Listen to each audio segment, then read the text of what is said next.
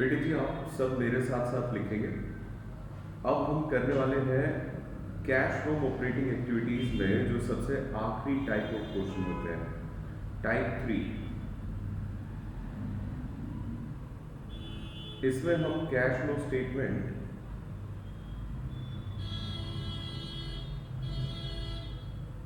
Cash flow from operating activities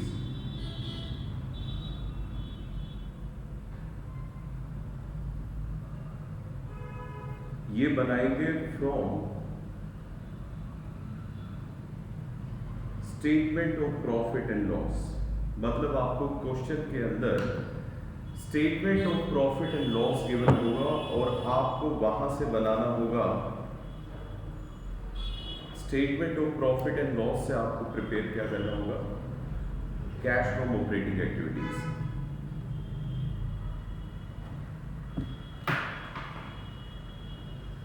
जल्दी से आप अपनी बुक ओपन कीजिए और क्वेश्चन नंबर निकाल लीजिएगा 16। देखिए इसे भी करने का एक तरीका है, हालांकि अगर आपको statement of profit and loss given हो तो यहाँ से क्वेश्चन करना और भी ज़्यादा आसान हो जाता है। अभी आपको पता चल जाएगा कि क्यों होता है ऐसा।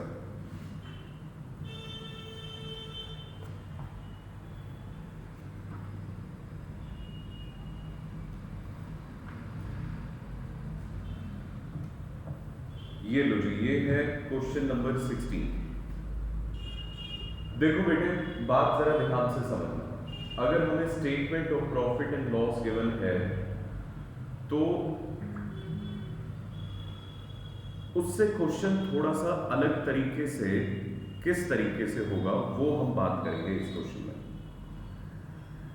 यहां हमें बताया गया है कि ये statement of profit and loss है 31 मार्च 2018 का, और आपसे कहा गया है कि आप कैलकुलेट करिए cash generated from operating activities.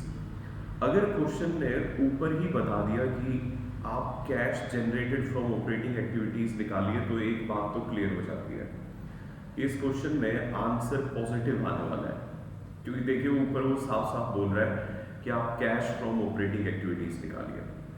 Okay चलिए अब आगे देखिएगा। ये सारे आइटम्स हमें गिवन है। आप ध्यान रखिए जिन चीजों के नोट्स गिवन है उनको ध्यान से देखिएगा। जैसे अदर इनकम का गिवन है, डेप्रीसिएशन और एमोर्टाइजेशन है और अदर एक्सपेंसेस है। अगर आप इन पर आएंगे तो अदर इनकम में डिविडेंड रिसीव्ड गिवन है, और जो सेकंड था डेप्रीसिएशन एंड एमोर्टाइजेशन, उसमें डेप्रीसिएशन गिवन है 60,000। अदर एक्सपेंसेस में रेंट, इंश्योरेंस, ऑफिस एक्सपेंस और सेलिंग एक्सपेंस गिवन है। इसके अलावा गुडविल रिटर्न ऑफ भी गिवन है और loss on sale of machinery भी गिवन है। Loss on sale of machinery किस तरीके से दिखाया गया है, यहाँ बताया गया है कि बुक वैल्यू है 60,000, यानी कि इस मशीनरी की हमारी बुक में वैल्यू 60,000 थी, मतलब हमारे लिए ये मशीन 60,000 की थी, मगर हमने इसे बेच दिया कितने पे, 48,000 पे। तो अगर आपने 48,000 पे सेल किया तो 12,000 रुपये का लॉस हुआ, तो वो लॉस ऐसे दिखाया हुआ है। शेयर इशू एक्सपेंसेस को राइट ऑफ किया गया है 15,000 रुपये। एडिशनल इंफॉर्मेशन में आउटस्टैंडिंग वेजेस है, आउटस्टैंडिंग सैलरीज है और प्रीपेड इंश्योरेंस है। देखिए अगर आप ध्यान से देखें, आउटस्टैंडिंग वेजेस, आउटस्टैंडिंग सैलरीज ये दोनों करंट लाइबिलिटीज हैं और प्रीपेड इंश्योरेंस एक करंट एसेट है। अगर हमें एडिशनल इंफॉर्मेशन में इस आउटस्टैंडिंग सैलरी, वेजेस यानी कि करंट लाइबिलिटीज और करंट एसेट्स का सिर्फ अमाउंट गिवन हो तो आप समझ जाइए कि ये जो अमाउंट आपको गिवन है ये करंट ईयर के है। इसका मतलब पिछले साल इनके बैलेंस जीरो रहे हैं, तो यानी कि आपको करंट एसेट्स और करंट लाइबिलिटीज के इंक्रीज और डिक्रीज की कैलकुलेशन में पिछले साल को जीरो मानना है। तो ये तीनों ही चीजें इस साल हमारी इंक्रीज हुई है। ओके अच्छा जी, अब बेटे बात ध्यान से सुनना। क्वेश्चन को statement of profit and loss से करना कैसे, शुरुआत से शुरू करेंगे। सबसे पहले तो मुझे प्रॉफिट बिफोर टैक्स चाहिए होता है। और देखिए अगर कभी भी statement of P and L given हो तो आप जानते हैं हमें पीपीटी के वर्किंग नोट को बनाने की जरूरत ही नहीं पड़ेगी। अब आप कहेंगे सर ऐसे क्यों? क्योंकि यहाँ पे प्रॉफिट बिफोर टैक्स हमें गिवन होता है, हालांकि इस क्वेश्चन में हमें नेट लॉस गिवन है, लेकिन अगर मैं आपको इससे नेक्स्ट क्वेश्चन दिखाऊं तो आप देखिए वहां पे profit before tax statement of P and L में गिवन होता है। तो अगर ये वैल्यू हमें डायरेक्टली क्वेश्चन से पता चल रही है तो why we will prepare working note. अब वो चाहे आपको टैक्स दे, वो चाहे आपको डिविडेंड दे, चाहे आपको ट्रांसफर टू रिजर्व दे, आप पीबीटी का वर्किंग नोट नहीं बनाएंगे। समझ गए इस बात को? तो पहली तो एक चीज ये क्लियर हो जानी चाहिए, अगर statement of P and L given है तो पीबीटी का वर्किंग नोट नहीं बनेगा। ओके, इसके अलावा एक और चीज जो आपको ध्यान से देखनी है बेटे, स्टॉक हमेशा पी एंड एल में चेंजेस इन इन्वेंट्री के तौर पे गिवन होता है, और इन्वेंट्री के चेंज का मतलब होता है कि हम ओपनिंग इन्वेंट्री से क्लोजिंग इन्वेंट्री में कितने बढ़े या कितने घटे, यानी कि हमारा इंक्रीज और डिक्रीज इन्वेंट्री से करंट एसेट्स, तो करंट एसेट्स में इन्वेंट्री का इंक्रीज और डिक्रीज पी एंड एल के अंदर हमेशा ही चेंजेस इन इन्वेंट्री में गिवन होगा। ये दो बातें बहुत प्रमुख है जब आप क्वेश्चन करेंगे statement of P and L से। First, you don't need to prepare any working note for PPT. Second, आपको हमेशा इंक्रीज और डिक्रीज इन इन्वेंट्री देखने को मिल जाएगा चेंजेस इन इन्वेंट्री से। ये दो बातें आपको ध्यान में रखनी है, बाकी सारी चीजें अपने आप हो जाएंगी। चलिए अब हम करते हैं क्वेश्चन को स्टार्ट। आप जल्दी से फॉर्मेट बना लीजिएगा, मेरा फॉर्मेट बिल्कुल रेडी है।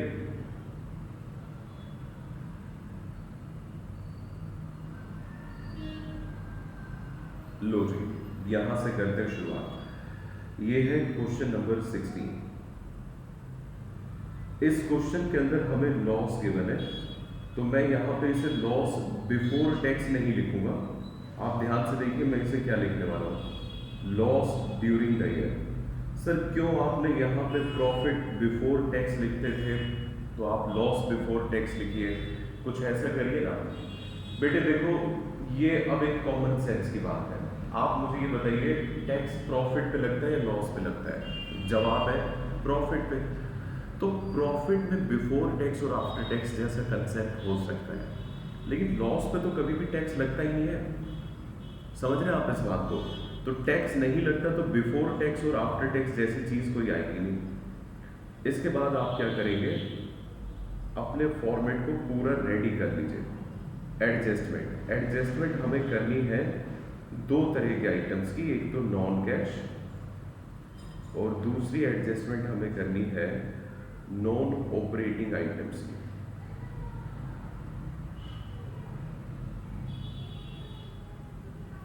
ओके, लो जी ये एडजस्टमेंट हो गई। फिर इसके बाद आप आएंगे लगभग 5-6 लाइनों के बाद आप लिखेंगे operating profit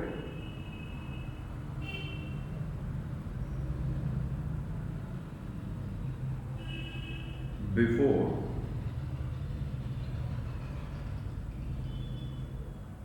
working capital changes. ये मेरे दो स्टॉप आते हैं ऑपरेटिंग एक्टिविटीज निकालते वक्त, तो मैंने ये रेडी कर दिया। Now my format is completely ready. Considering two main points while preparing from statement of profit and loss कि पीबीटी नहीं आएगा, पीबीटी का वर्किंग नोट, और उसके अलावा इन्वेंट्री का चेंज मुझे देखने को मिलेगा चेंजेस इन इन्वेंट्री पे। बस इन दो बातों को ध्यान में रखेंगे, अब और कुछ नहीं करना। जैसे जैसे क्वेश्चन में आइटम्स गिवन है उन्हें जहां जहां जाना चाहिए आप उन्हें वहां वहां ट्रांसफर करिए, इतनी ही आसान बात है। देखिएगा जरा, सबसे पहले रेवेन्यू फ्रॉम ऑपरेशंस गिवन है 12 lakhs। तो रेवेन्यू फ्रॉम ऑपरेशंस बेटे कभी भी ऑपरेटिंग एक्टिविटीज में कहीं पे भी नहीं दिखाया जाता, क्योंकि हमें प्रॉफिट निकालते वक्त उन चीज़ों को हटाना है जो नॉन कैश नॉन ऑपरेटिंग हो, और जो इंक्रीज और डिक्रीज होगा इन करंट एसेट्स और करंट लायबिलिटीज, ये कहीं नहीं आएगा। अब आइए अदर इनकम पे। अदर इनकम पे गिवन है जी डिविडेंड रिसीप्ट। देख लीजिए, ये नोट में आएंगे 1 में, तो डिविडेंड रिसीव गिवन है। डिविडेंड रिसीव हुआ था 60,000 रुपये का। क्या ये ऑपरेटिंग एक्टिविटीज में हटाया जाएगा? जवाब है हाँ। ये एक इन्वेस्टिंग एक्टिविटी होती है और हमने अपने प्रॉफिट्स में इसे ऐड कर रखा है। तो जितना भी आपने ऐड कर रखा है आपको उतना अमाउंट माइनस करना होगा। डिविडेंड रिसीव, ये बेटे जी एक आपकी इनडायरेक्ट इनकम होती है। डिविडेंड रिसीव था हमारा 60,000, क्योंकि ये इनकम है तो इनकम को हमें क्या करना है? माइनस, ब्रैकेट में ले लेंगे। इसके बाद हमें गिवन है टोटल रेवेन्यू 12 lakhs, ये कहीं नहीं आएगा। अब आइए एक्सपेंसेस में, परचेजेस, ये भी कहीं नहीं आएंगे। चेंजेस इन इन्वेंट्री, ये आएगा जी। इन्वेंट्री में ओपनिंग और क्लोजिंग इन्वेंट्री हमें गिवन है। ओपनिंग इन्वेंट्री है 85,000 और क्लोजिंग इन्वेंट्री है 1 लाख रुपए। इसका मतलब ये कि इन्वेंट्री में हुआ है इंक्रीज, और इन्वेंट्री एक करंट एसेट है। करंट एसेट से रिलेटेड सारी चीज़ें वर्किंग कैपिटल में दिखाई जाती हैं। तो 15,000 रुपये का इसमें हुआ जी इंक्रीज। ओके, ये हो गया 15,000 रुपये। अगर एसेट्स में इंक्रीज हुआ तो ये फायदा है, और फायदे को हमें क्या करना है? Less. Okay, next employee benefit expenses, ये नहीं आएंगे। बेटे मेरी बात सुनना ध्यान से, ये क्यों नहीं आ रहे? अब दिमाग में कई बार ये सवाल उठ जाता है कि सर आ क्यों नहीं रहे? देखो बेटे, रेवेन्यू फ्रॉम ऑपरेशन, क्या मेरे बिजनेस से इनकम होती है? यस। अदर इनकम में जो डिविडेंड रिसीव था वो बिजनेस की इनकम नहीं थी, तो मैंने ली। परचेजेस, क्या ये बिजनेस का खर्चा है? यस, तो मैंने नहीं लिया। आप ध्यान से समझिए, आप जानते हैं ऑपरेटिंग एक्टिविटीज में हम काम क्या करते हैं? हम यहाँ पे ऑपरेटिंग एक्सपेंसेस और इनकम को दिखाते नहीं हैं, हम तो नॉन ऑपरेटिंग और नॉन कैश चीजों को हटाते हैं। बेटे कंसेप्ट ध्यान से पकड़ो। यहां पे परचेजेस क्यों नहीं आ रहा? क्योंकि वो एक ऑपरेटिंग खर्चा है, वो नहीं दिखाना हमें। बेटे जी हमें तो प्रॉफिट में से वो चीजें हटानी होती है जो हमारी नॉन ऑपरेटिंग और नॉन कैश होती है। तो मैं जितनी भी ऑपरेटिंग चीजें P&L में देख रहा हूं जो मेरे बिजनेस से रिलेटेड खर्चे हैं, उनको मैं इग्नोर कर रहा हूं, क्योंकि उनके इफेक्ट को मुझे बनाए रखना है, हटाना नहीं है। ऑपरेटिंग एक्टिविटीज में जितने भी आइटम्स आप यहां पे देख रहे हैं ना, ये यहां आ नहीं रहे हैं। डिविडेंड रिसीव यहां आया थोड़ी है, हमने तो इसके इफेक्ट को हटाया है। समझे इस बात को? बेटे बहुत सारे बच्चे रट्टा मार के काम करते हैं कि ये आएगा वो आएगा। अगर आप इतनी सी बेसिक बात पकड़ लें कि ऑपरेटिंग एक्टिविटीज में आने वाली चीजें यहां आती नहीं है, यहां से हटाई जाती है, तो आप आधी समस्याओं से दूर हो जाएंगे। आगे देखिएगा, एम्प्लॉय बेनिफिट एक्सपेंस, क्या ये ऑपरेटिंग खर्चा है? यस, ये भी नहीं आएगा। डेप्रीसिएशन पे वर्किंग नोट्स टू अकाउंट है, तो नोट्स टू अकाउंट पे आ जाइए। डेप्रीसिएशन लगाया जी 60,000 रुपए। मेरे प्यारे बच्चों, डेप्रीसिएशन बिजनेस से रिलेटेड खर्चा है, लेकिन ये एक नॉन कैश खर्चा है, और हमें नॉन कैश और नॉन ऑपरेटिंग चीजों का इफेक्ट हटाना है। तो हम डेप्रीसिएशन को भी इफेक्ट लेस करेंगे।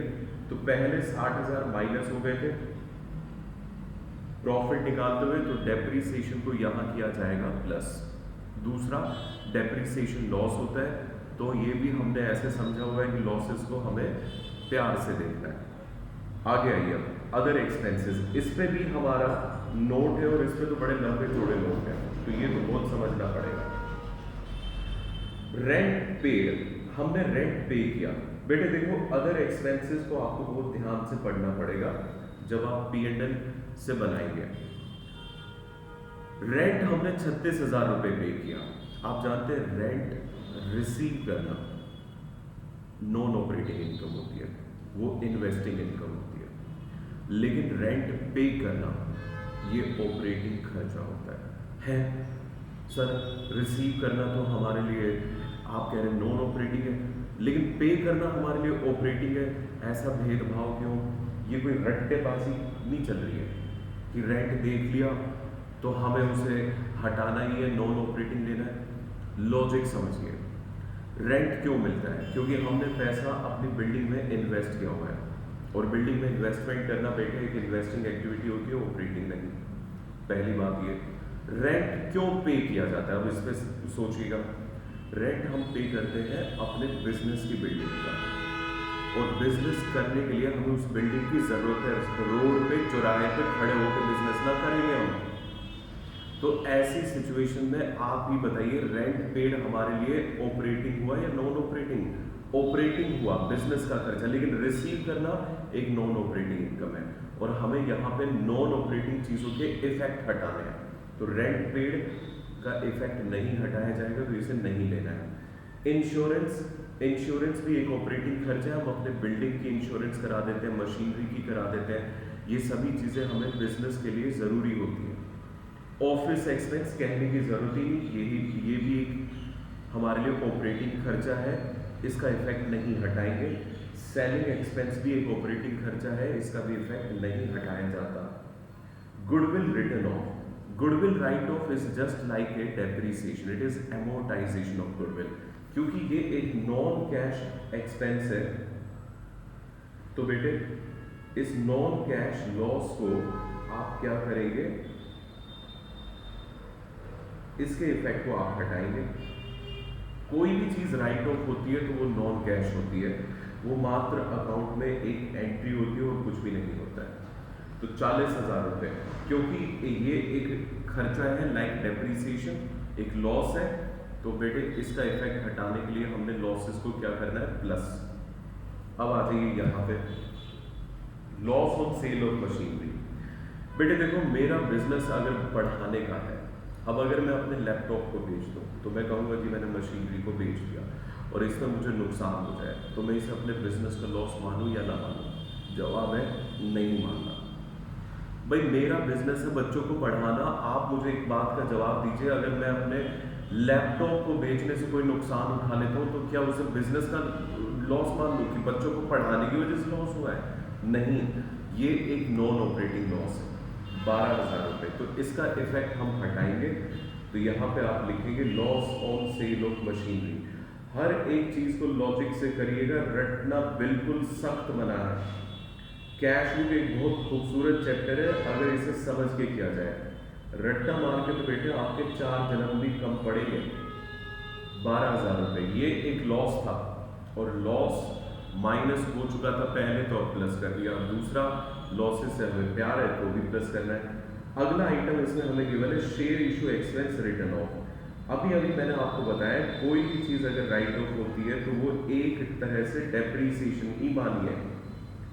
तो बेटे अगर आपने शेयर इशू एक्सपेंसेस को राइट ऑफ किया तो ये एक नॉन कैश लॉस मान लीजिए या खर्चा मान लीजिए, तो नॉन कैश लॉस का इफेक्ट हमें हटाना होता है। हमें दो चीजों के इफेक्ट हटाने, इस एडजस्टमेंट का मतलब ही है कि मैं नॉन कैश और नॉन ऑपरेटिंग चीजों के इफेक्ट को हटा रहा हूं। तो बेटे 15,000 रुपये ये भी एक लॉस है, तो इसे भी हम क्या करेंगे? प्लस।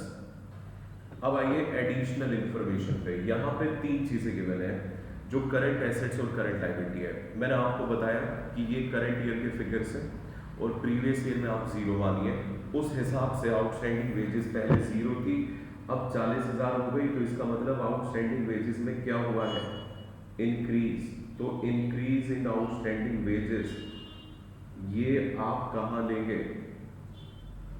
ये लिया जाएगा ऑपरेटिंग के प्रॉफिट के अंदर, वर्किंग कैपिटल वाले पार्ट के अंदर। और आउटस्टैंडिंग वेजेस यानी कि करंट लायबिलिटी बढ़ी तो ये हमारे लिए क्या है? नुकसान, और नुकसान को प्लस करना है। इसके बाद गिवन है इंक्रीज इन आउटस्टैंडिंग सैलरीज। अब बेटे सैलरी का बढ़ना, पहले 0 थी अब 30,000 है, ये भी हमारे लिए क्या है? एक लॉस है, तो इसे भी हम क्या करेंगे? प्लस। नेक्स्ट है प्रीपेड इंश्योरेंस, पहले था 0 अब है 3,000, यानी कि प्रीपेड इंश्योरेंस में भी इंक्रीज हुआ। तो इंक्रीज इन प्रीपेड इंश्योरेंस, आप मुझे बताइए प्रीपेड इंश्योरेंस क्या होता है? एक करंट एसेट, और अगर करंट एसेट बढ़ गए तो ये अपने लिए क्या है, फायदा, और फायदे को क्या करना है, माइनस। बस जी, सारे के सारे आइटम्स हमने लिख डाले। एक चीज हमने अभी तक नहीं लिखी है, वो है लॉस, 50,000 रुपये। ये लॉस यहां लिख देते हैं 50,000। ठीक है, असल में हमने अभी तक अदर एक्सपेंसेस को खत्म किया था। अदर एक्सपेंसेस के बाद टोटल एक्सपेंसेस अलग से कहीं नहीं आएंगे, नेट लॉस जरूर आएगा 50,000 रुपये, वो हमने लिख दिया। अब सारी चीजें लिखी गई है, अब आप कैलकुलेशन करिए और देखिए कितना आता है जी यहाँ पे ऑपरेटिंग प्रॉफिट। पहले इन सबको ब्रैकेट वालों को बेटे अलग प्लस कर दो, तो 1,10,000 हो गया, और ये हो गया आपका 1,12,000 और 1,27,000, यानी कि 17,000 रुपये पॉजिटिव ऑपरेटिंग प्रॉफिट आ रहा है। ओके, अब इसके बाद आप इसका भी टोटल कर दीजिए, तो ये नेगेटिव अलग से प्लस करिएगा 18,000 और पॉजिटिव अलग से, तो ये हो जाएगा 87,000। 87 में से 18,000 रुपये आप माइनस कर दीजिए, 69,000 आपका आंसर आता है। ये हमारा कैश फ्लो ऑपरेटिंग एक्टिविटीज होगा। आप इसे पहले यहाँ इस तरह से दिखाएंगे और फिर आप आउटर कॉलम में ले जाएंगे। क्योंकि आंसर पॉजिटिव का आया तो मैं इसे क्या लिखने वाला हूँ, कैश फ्रॉम ऑपरेटिंग एक्टिविटीज।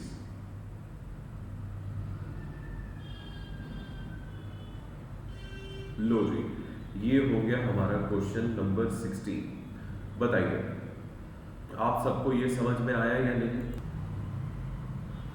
देखिए क्वेश्चन नंबर 17, ये भी बिल्कुल ऐसा ही है जैसे अभी हमने क्वेश्चन नंबर 16 किया था। स्टेटमेंट ऑफ P&L हमें गिवन है। Following is the statement of P&L of Z limited for the year ended 31 मार्च 2018। ये स्टेटमेंट ऑफ P&L हमें गिवन है। रेवेन्यू फ्रॉम ऑपरेशंस है, आप देखिए यहाँ भी चेंजेस इन इन्वेंट्री है, किसी भी आइटम के आगे कोई नोट गिवन नहीं है। ओके, एडिशनल इंफॉर्मेशन में हमें बताया गया है कि क्रेडिटर इंक्रीज हुए 40,000 से, डेटर इंक्रीज हुए 70,000 से, आउटस्टैंडिंग वेजेस डिक्रीज हुए, बिल रिसीवेबल डिक्रीज हुए, प्रीपेड एक्सपेंस डिक्रीज हुए। आप एक बात को ध्यान से देखिएगा, जब भी स्टेटमेंट ऑफ P&L का क्वेश्चन आता है तो करंट एसेट्स और करंट लायबिलिटीज कभी भी स्टेटमेंट ऑफ P&L में नहीं आ सकती, क्योंकि ये बैलेंस शीट के आइटम होते हैं। तो मजबूरी में उसे एडिशनल इंफॉर्मेशन देनी पड़ती है क्वेश्चन के अंदर, outside statement of profit and loss, जहां पे ये सारी चीजें दिखाई जाती है। अब हमसे मांगा क्या गया है, net cash from operating activities by the indirect method. चलिए जी शुरू करते हैं। सबसे पहले बेटे रेवेन्यू फ्रॉम ऑपरेशंस गिवन है। क्या रेवेन्यू फ्रॉम ऑपरेशंस को हटाना है? नहीं। परचेसेस नहीं हटेंगे। चेंजेस इन इन्वेंट्री ये हटेगा, इसका इफेक्ट, क्योंकि इन्वेंट्री पहले 8 लाख है और फिर 9 लाख है, तो inventory is part of working capital, तो ये यहां पर आएगा। इसे आप लिखेंगे इंक्रीज इन इन्वेंट्री। आप ध्यान से देखिए, मैं किसी भी आइटम के पीछे नहीं भाग रहा हूं। मैं ऐसे नहीं भाग रहा हूं कि पहले मुझे पीबीटी चाहिए तो मैं डायरेक्टली पहले वही लिखूं, जैसा कि कई बच्चे करते हैं। अगर बेटे आप इस तरीके से काम करते हैं तो मैं आपको एक बात लिख के देने को तैयार हूं कि आप एग्जाम में कभी भी टाइम पे पेपर नहीं कर पाएंगे। 1 लाख रुपए इंक्रीज इन इन्वेंट्री, और ये माइनस होगा क्योंकि ये हमारे लिए फायदा है। आगे देखिए,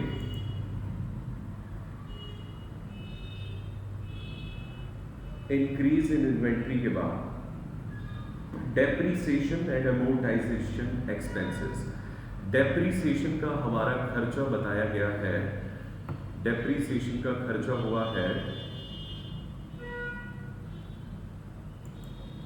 80,000 रुपये। इसके अलावा और कोई बात नहीं बताई गई। तो देखिए, ये जो डेप्रीसिएशन है ये एक नॉन कैश एक्सपेंस है। आप इसे सिंपली कहाँ ले आएंगे, एडजस्टमेंट में। डेप्रीसिएशन किस पे लगा है वो छोड़िए, उससे हमें कोई लेना देना नहीं है।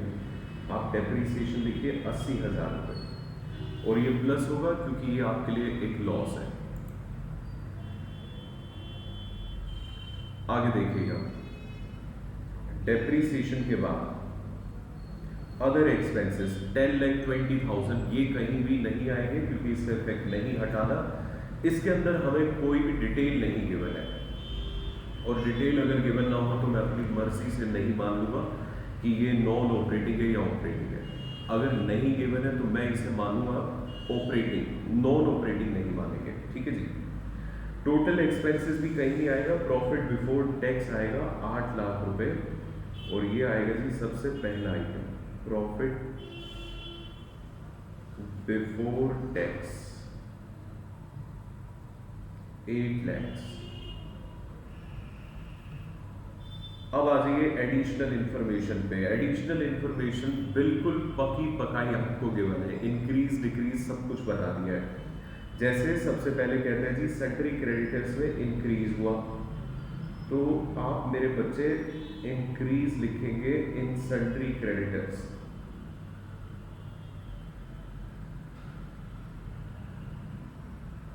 सैंडरी क्रेडिटर्स में इंक्रीज हुआ है 40,000 रुपए का, ये हमारे लिए एक लॉस है तो इसे आप प्लस करेंगे। सैंडरी डेटर्स में भी इंक्रीज हुआ है 70,000 रुपए का, तो increase in सैंडरी debtors.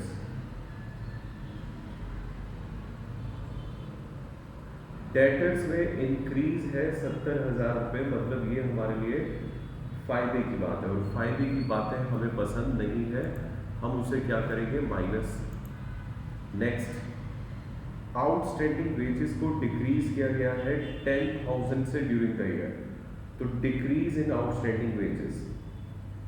Outstanding wages एक करंट लायबिलिटी होती है, और अगर करंट लायबिलिटी घट गई है तो बेटे करंट लायबिलिटी का घटना हमारे लिए फायदे की बात है। 10,000 रुपये आप क्या करेंगे यहाँ पे लेस। बिल रिसीवेबल में भी डिक्रीज है, बट बिल रिसीवेबल देखिए, डिक्रीज इन बिल रिसीवेबल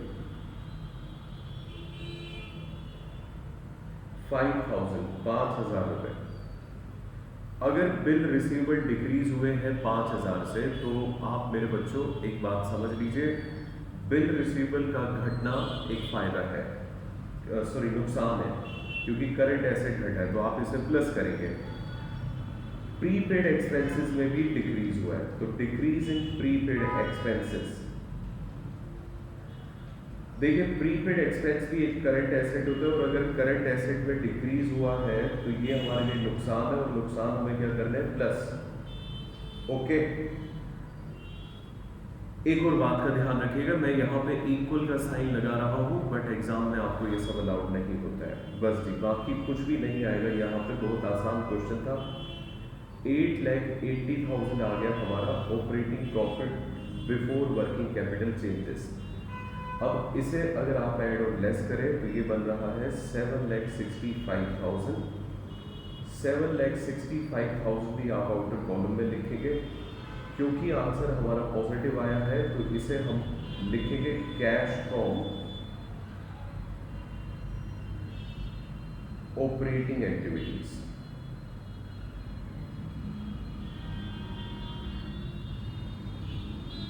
ये लो जी, ये हमारे तीसरे टाइप के क्वेश्चंस भी हो गए। तीसरे टाइप मतलब जिसमें आप स्टेटमेंट ऑफ P&L से प्रिपेयर करते हैं cash from operating activities. I hope कि आपको ये समझ में आया होगा। बहुत अच्छे से पढ़िए, समझ के पढ़िए, रटना सख्त सख्त मना है। Thank you.